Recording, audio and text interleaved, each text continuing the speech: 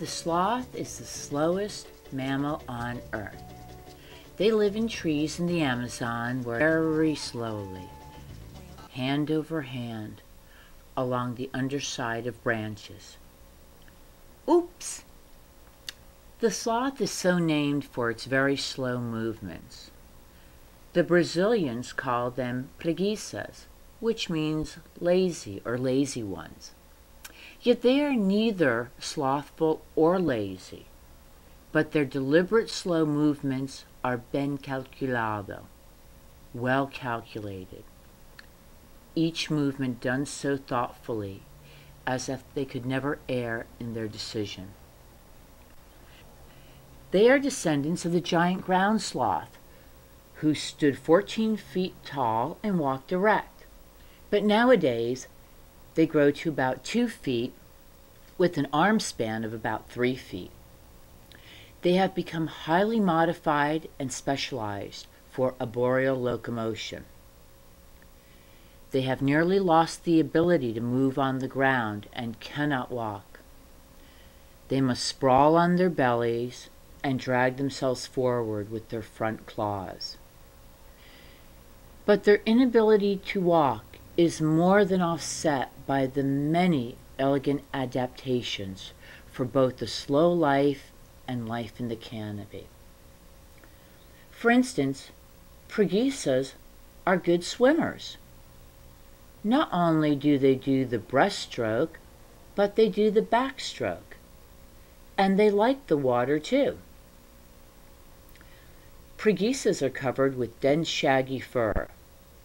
The hair grows and curves in the opposite direction of all other mammals, that is, from stomach to the back. The hair points towards the ground, helping them shed rain, as well as to provide their number one form of defense, camouflage. The unusual direction of the hair, in combination with its nondescript grayish-brownish color, with flecks of white hair on the backs, makes them almost invisible in trees. If you don't see them move, you mistake them for a clump of moss.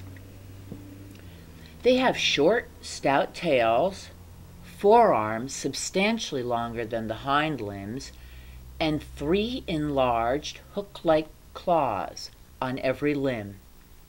As you watch them move, you realize they have 270 degrees of joint rotation in their hips, shoulders, rotator cuffs, and claws, allowing them to rotate their arms back like this, scratch their little heads like this, and completely tuck their necks into their chest, and rotate their hind legs like this. With 9 cervical vertebrae, that's 2 more than any other mammal on Earth. They turn their heads through 270 degrees like a well-oiled machine.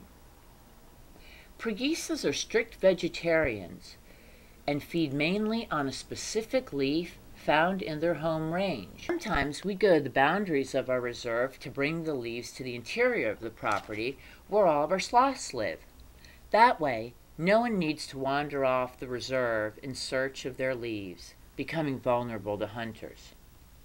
In terms of scientific classification and taxonomy, the sloth belongs to the animal kingdom, the mammal class, and the order Xenarthra edentata. That means sloths are related to anteaters and armadillos, who share the same class. That relationship is kind of difficult to see.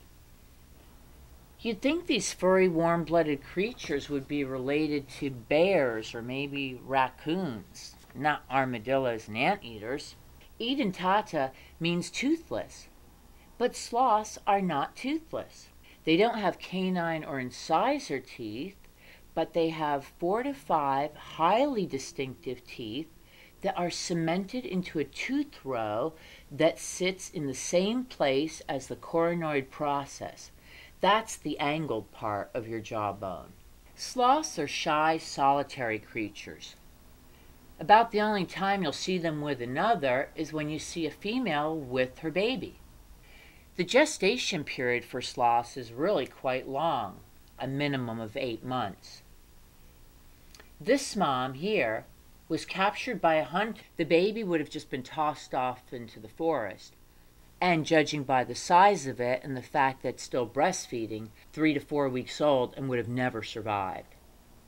Someone told him about my reserve, and that in exchange for a sloth, I give 2 kilos of rice, coffee, sugar, beans, soap, and powdered milk.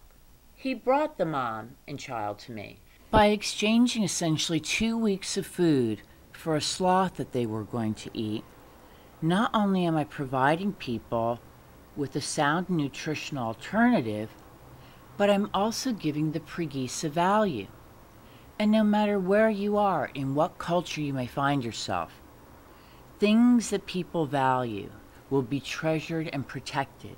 They will not find their way into the cooking pan or be slaughtered.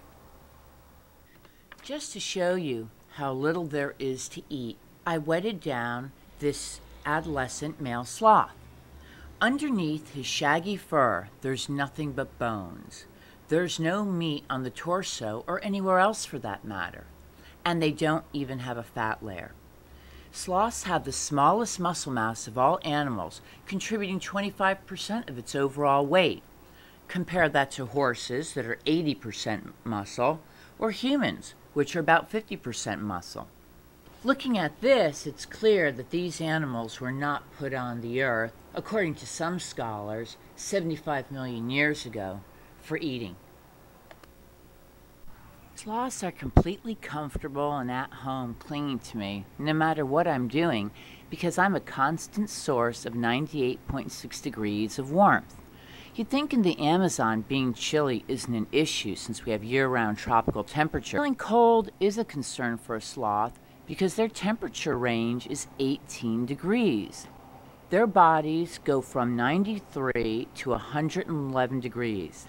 Compare that to our body range. We have a temperature range of about 2 degrees either way. Their sense of sight and hearing are poorly developed. They are defenseless except for their swipe. This is their most aggressive move, and executed with poor vision is not truly effective. They usually don't fight back when chased or captured. Instead, they stay motionless, clinging tightly to its tree, or they will climb out of reach. Neither are successful when your number one predator is man. Why do I think the sloth is so important and worth preserving? I firmly believe that they hold the keys to our health and our well-being. Preguiças live disease-free lives.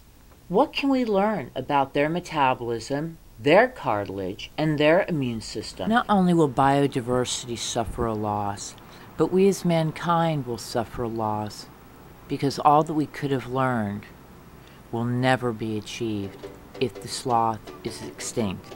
Thank you so much for your interest in preserving as preguiças, the three-toed sloths.